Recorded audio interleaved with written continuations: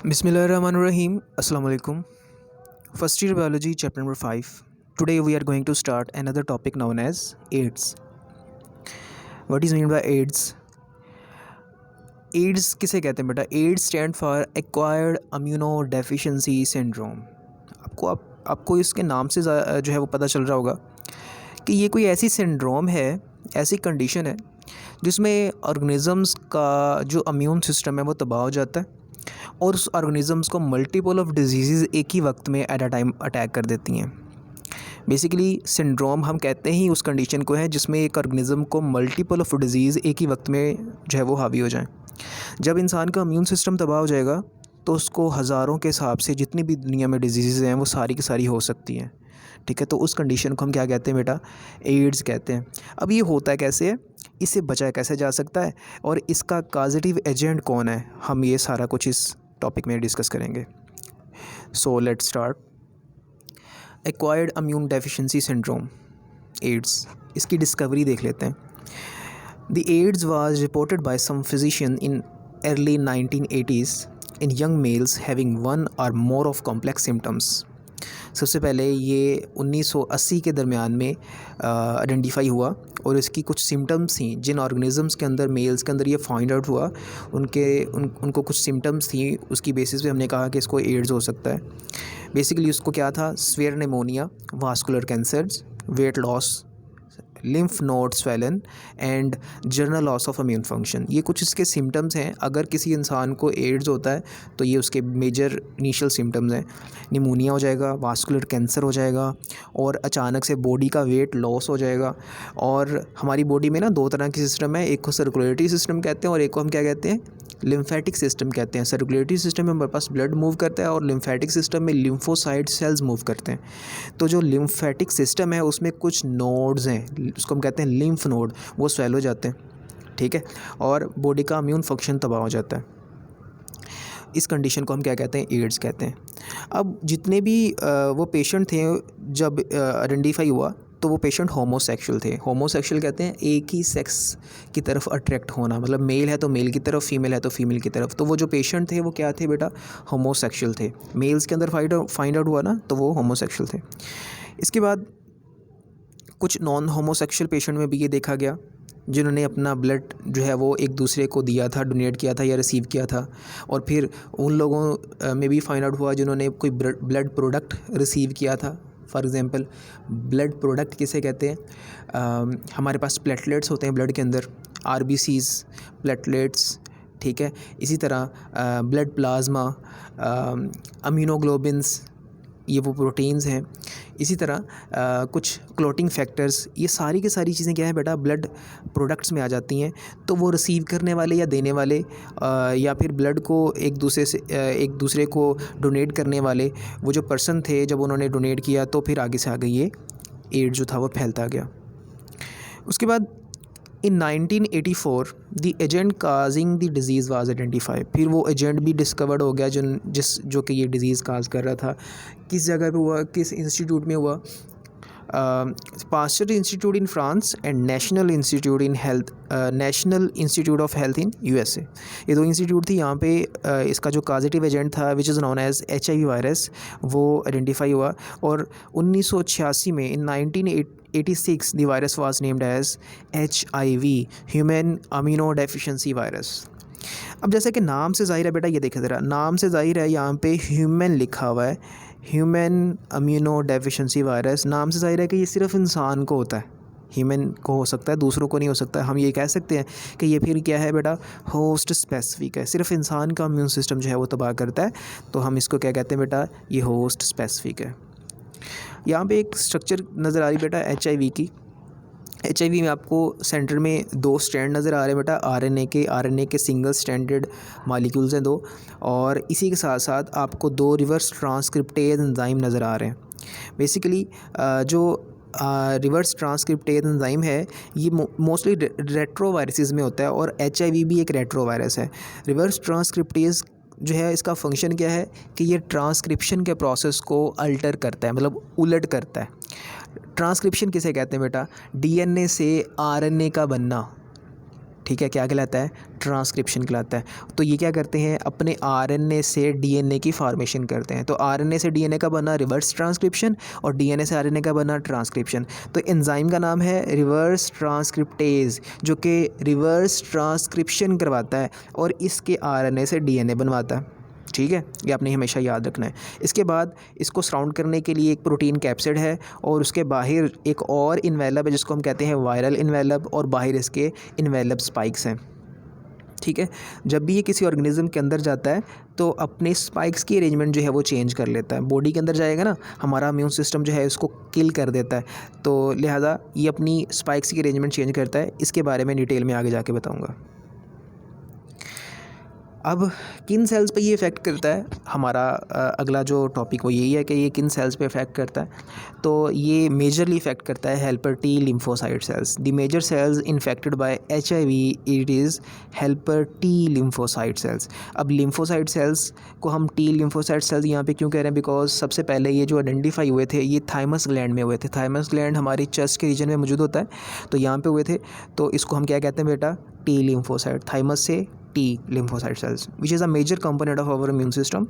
As the HIV infection continue in the host, the decrease of helper T lymphocyte cells result in the failure of immune system. जैसे ही वो हमारी body में enter होते हैं HIV virus, हमारे T lymphocyte cells को तबाह करना शुरू कर देते हैं और इनके तबाह होने की वजह से हमारा इम्यून सिस्टम जो है वो डाउन होना शुरू हो जाता है। ठीक है, इसके अलावा और ये किस जगह पे एक्ट करते हैं, हमारे सेंट्रल नर्वस सिस्टम के सेल्स पे। जी बेटा, इसके अलावा हमारे सेंट्रल नर्वस सिस्टम के सेल्स में, सेंट्रल नर्वस सिस्टम में हमारे पास ब्रेन और स्पाइनल कॉर्ड दोनों आ जाते हैं, तो यहाँ पर जाके भी ये एक्ट कर सकता है। उसके बाद नेक्स्ट है कि जो रीसेंट स्टडीज़ जो है HIV के ऊपर वो रिवील करती है the virus infect and multiply in the monkeys but does not cause disease in them. जब हमने वायरसेस को अलाउ किया कि वो मंकीज़ के अंदर इंट्रोड्यूस हुए और उन्होंने वहाँ पर जाके खुद को मल्टीप्लाई भी किया, इफ़ेक्ट भी किया, लेकिन उसमें डिजीज़ शो नहीं हुई, which means that HIV it is the host specific. ये सिर्फ ख़ास स्पेसिफिक ऑर्गेनिज्म को या ऑर्गेनिज्मिक सेल्स को अफेक्ट करता है। ठीक है, तो ये प्रूव करता है। अब ये ट्रांसमिट कैसे होता है अगले से अगले इंडिविजुअल्स के अंदर, वो देख लेते हैं। It is transmitted by intimate sexual contact के ज़रिए हो सकता है। Contact with the blood and breast feeding, blood की ट्रांसफ्यूजन से हो सकता है। अगर एक पर्सन को एड्स है, वो बगैर चेक करवाए अपना ब्लड किसी दूसरे को डोनेट कर देता है, तो जिसको डोनेट करेगा उसको भी HIV हो जाएगा, एड्स हो जाएगा। या फिर अगर मदर को है, मदर बच्चे को दूध पिलाती है तो बच्चे को हो सकता है, ब्रेस्ट फीडिंग के ज़रिए भी हो सकता है। इसके अलावा health care workers can also acquire HIV during professional activities. और जो इससे health care workers like doctors हैं या नर्सेज हैं जो कि जिनका हर रोज़ इनसे सामना होता है, अगर वो प्रिवेंटिव मेजर्स नहीं करती, प्रिकॉशंस नहीं करती, तो उनको भी हो सकता है। फॉर एग्जांपल कहीं पे कट लग जाता है बॉडी पे सर्जरी करते हुए, अगर किसी को कोई कट अगर वो पर्सन जो है जिसको एड्स है उसकी सर्जरी की जा रही है और उसके बाद वही जो इंस्ट्रूमेंट है उससे आपकी बॉडी पे कट लग जाता है तो आपको एड्स हो जाएगा। ठीक है, या फिर अगर आप किसी सैलून वाले के पास जाते हो तो शेव करते हुए या फिर बियर्ड बनाते हुए अगर आपकी फेस के ऊपर या किसी भी बॉडी के पार्ट्स के ऊपर कोई कट लग जाता है और वो पहले भी जो इंस्ट्रूमेंट वो यूज़ कर रहा है वो पहले भी किसी के ऊपर यूज़ किए हैं और उस पर्सन को एड्स था तो उसको भी एड्स हो जाएगा। ठीक है, तो इस तरह ये जो है वो आगे से आगे फैलता है। अब इससे बचा कैसे जा सकता है, how to prevent from HIV। Avoiding the direct contact with the HIV is important measure for preventing of the disease and prevention of intravenous drugs with common syringes। अब इसे कैसे बचा जा सकता है कि अगर आप जो इंट्रावेनस ड्रग्स होती हैं, लाइक आप किसी पर्सन को ग्लूकोज की कमी हो जाती है, आप ग्लूकोज की बोतल लगवाते हो, या कोई और जो है इंसुलिन वगैरह लगाई जाती हैं, या कोई और डिफरेंट जो है वो मेडिसिन जो है वो वेन्स के ज़रिए आपकी बॉडी में इंट्रोड्यूस करवाई जाती है ना। कुछ मेडिसिन ऐसी होती हैं जो आप ओरली लेते हो, माउथ के ज़रिए लेते हो। और अगर आपने बहुत ज़्यादा इफ़ेक्टिव रिज़ल्ट आपको चाहिए, फ़ौरन रिज़ल्ट चाहिए और मतलब उसी टाइम पे रिज़ल्ट चाहिए, तो आपको फिर इंट्रावेनस ड्रग्स देनी पड़ती हैं, वेन्स के अंदर डालना पड़ता है। तो देखें ना, माउथ के अंदर आप वो मेडिसिन जाएगी तो फिर वो डाइजेस्ट होगी, फिर इंटेस्टाइन से एब्जॉर्प्शन होगी, फिर जाके वो टारगेट एरिया तक जाएगी, फिर वो अफेक्ट करेगी। तो लिहाजा हम वही मेडिसिन जो है वो आपके वेन्स में डाल देंगे तो वो क्या करेगी, अपना इफ़ेक्ट करना शुरू कर देगी। तो वो जो इंट्रावेनस ड्रग्स दी जाती हैं, जिन सिरिंजेस के ज़रिए दी जाती हैं, अगर वो कंटेमिनेटेड हुई, अगर वो एक ही सिरिंज जो है वो मल्टीपल पर्सन्स को लगाई जा रही हैं, तो फिर उनको भी एड्स हो सकता है।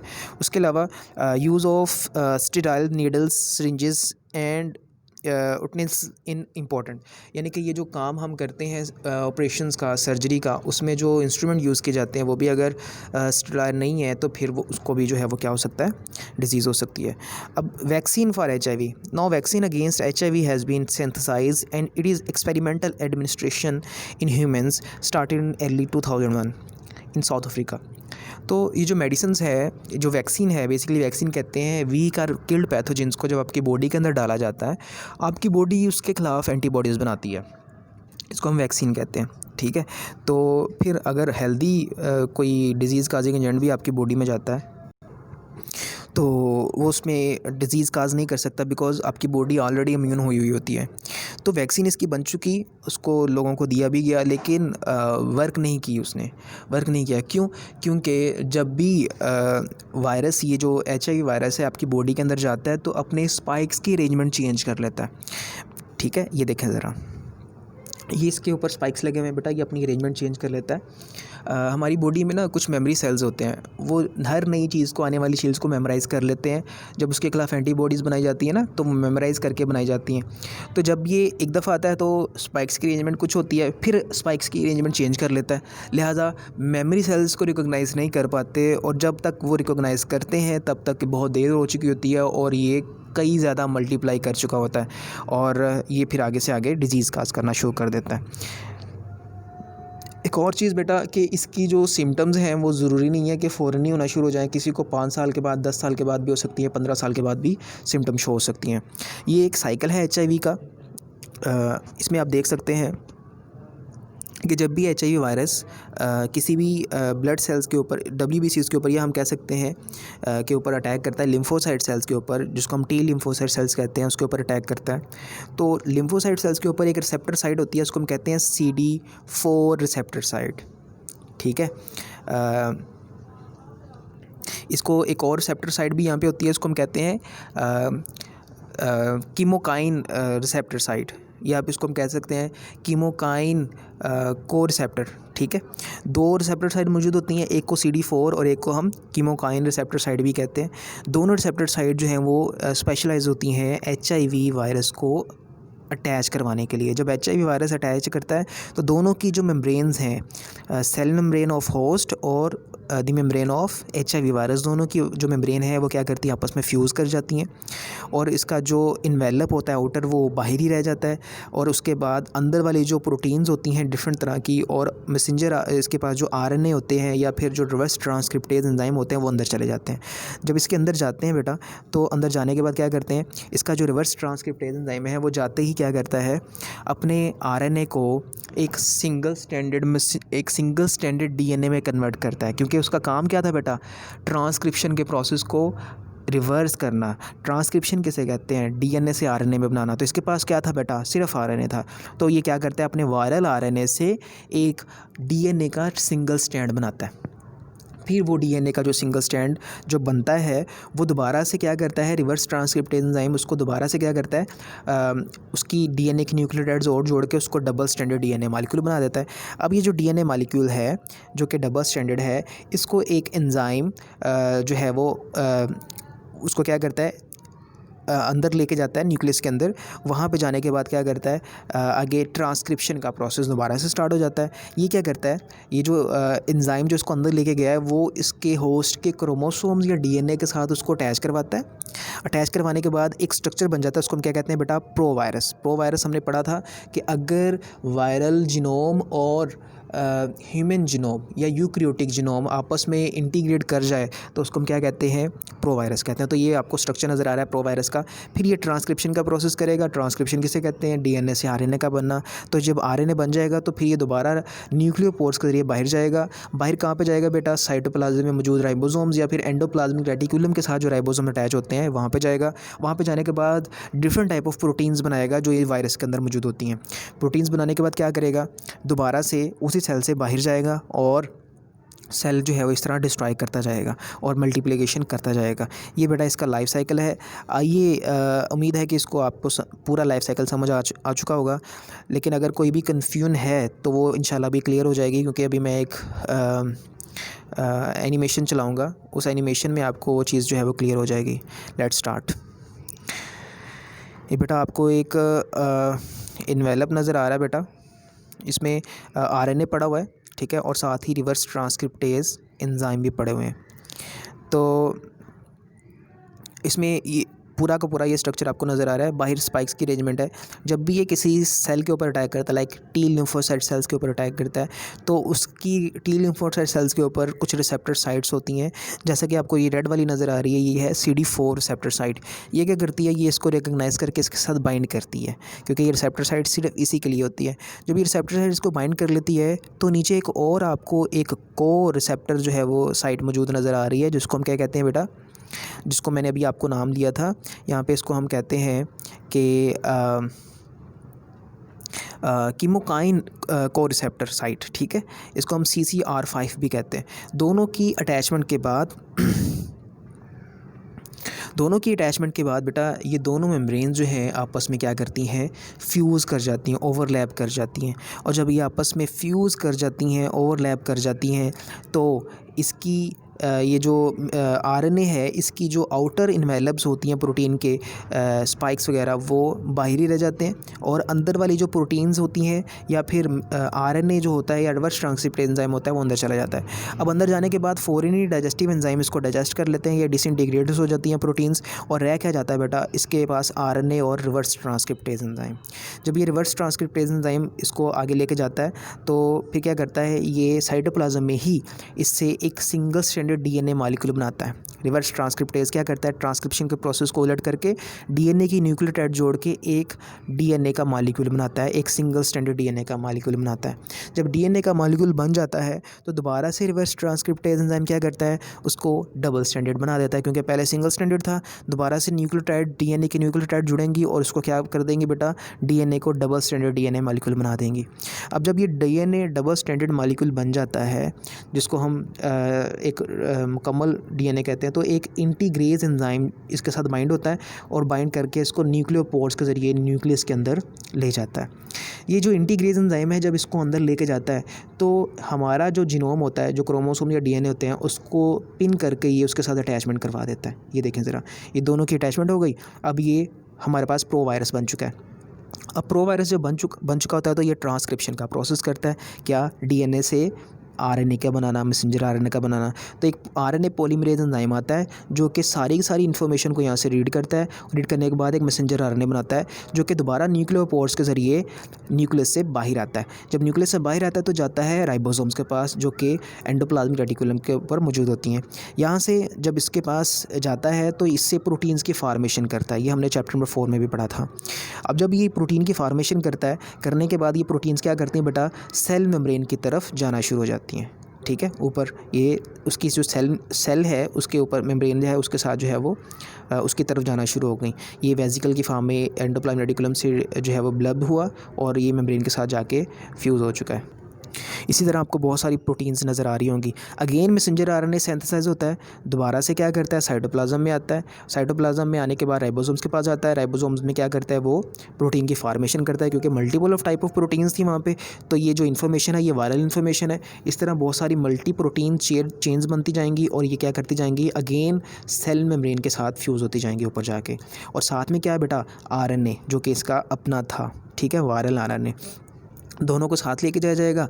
ऊपर जाने के बाद क्या होगी कि मेम्ब्रेन जो है वो दोबारा से ब्लब होगी और एक जो वायरस जो था, जिसको हम HIV वायरस कहते हैं, दोबारा से क्रिएट हो जाएगा और ये इस तरह मल्टीप्लिकेशन इसकी होती जाएंगी और ये आगे से आगे इन्फेक्ट करता जाएगा।